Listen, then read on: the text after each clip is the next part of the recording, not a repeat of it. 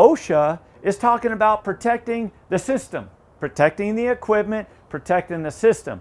That's going to be your what. The thing is with OSHA is they do not talk about the how and whys. They do not. They just talk about the what. So it's up to us to share and to communicate the how and whys behind the what. Okay? Real simple. And that's what we got to do. And if somebody doesn't understand the how, if they don't understand the why, we've got to be patient until they get it. And once they get it, they'll never unget it.